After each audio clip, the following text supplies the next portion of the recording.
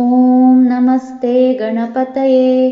त्वमेव प्रत्यक्षं तत्त्वमसि, त्वमेव केवलं कर्तासि, त्वमेव केवलं धर्तासि, त्वमेव केवलं हर्तासि, त्वमेव सर्वं कल्विदं ब्रह्मासि, त्वं साक्षादात्मासि नित्यं।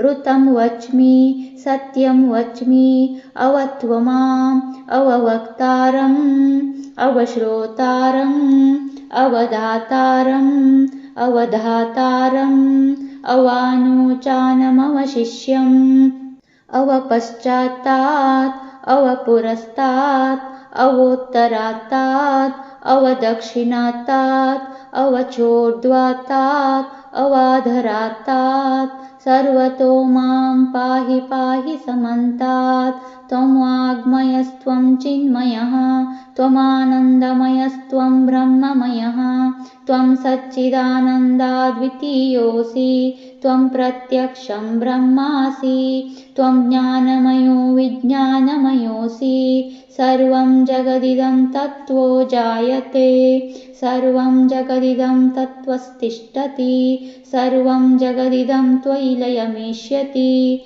सर्वं जगदिदं त्वयि प्रत्येति। त्वं भूमिरापो नलो निलो नभः, त्वं चत्वारि वाक्पदानि, त्वं गुणत्रयातीतः, त्वम् अवस्थात्रयातीतः, त्वं देहत्रयातीतः, त्वं कालत्रयातीतः, त्वं मूलाधारे स्थितोऽसि नित्यं, त्वं शक्तित्रयात्मकः, त्वां योगिनो ध्यायन्ति नित्यम्।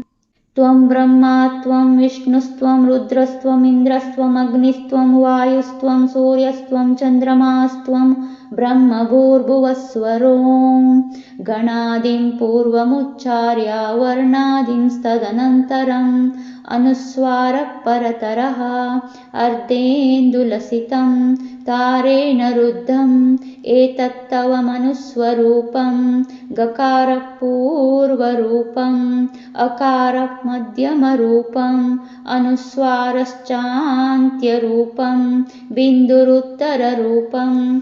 नादः सन्धानं सगंहिता सन्धिः, सैषा गणेशविद्या गणकऋषिः निच्रद्गायत्री छन्दः श्रीमहागणपतिर्देवता। ॐ गं गणपतये नमः। एकदन्ताय विद्महे वक्रतुण्डाय धीमहि तन्नो दन्तिः प्रचोदयात्। एकदन्तं चतुरहस्तं पाशमङ्कुशधारिणं रदं च वरदं हस्तैर्बिभ्राणं मूषकध्वजं रक्तं लम्बोदरं शूर्पकर्णकं रक्तवाससं रक्तगन्धानुलिप्ताङ्गं रक्तपुष्पैः सुपूजितं भक्तानुकम्पिनं देवं जगत्कारणमच्युतम् आविर्भूतं च सृष्ट्यादौ प्रकृते पुरुषात् परम्। एवं ध्यायति यो नित्यं स योगी योगिनां वरः। नमो रातपतये नमो गणपतये नमः प्रमथपतये नमस्तेऽस्तु लम्बोदराय एकदन्ताय विघ्ननाशिने शिवसुताय श्रीवरदमूर्तये नमः।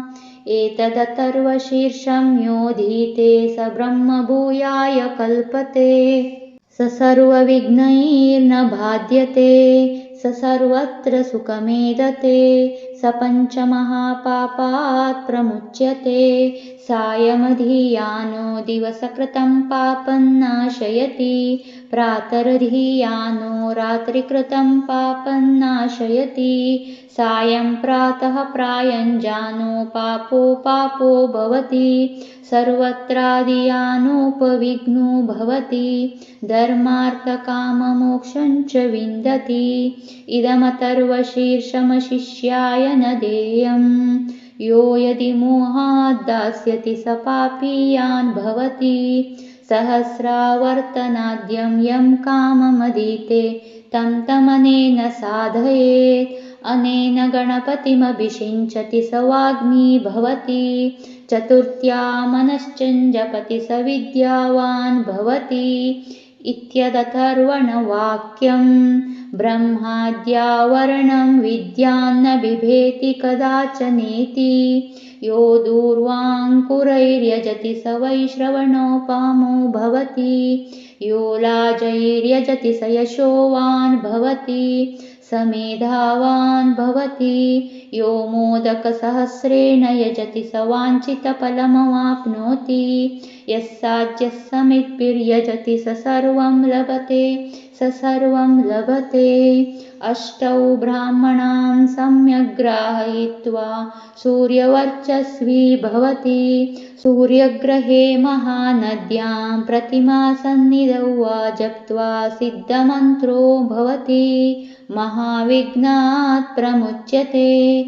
महादोषात् प्रमुच्यते। महापापात् प्रमुच्यते। महाप्रत्यवायात् प्रमुच्यते। स सर्वविद् भवति। स सर्वविद् भवति य एवं वेद इत्युपनिषत्। ॐ भद्रं कर्णेभिः शृणुयाम देवाः। भद्रं पश्येमाक्षभिर्यजत्राः।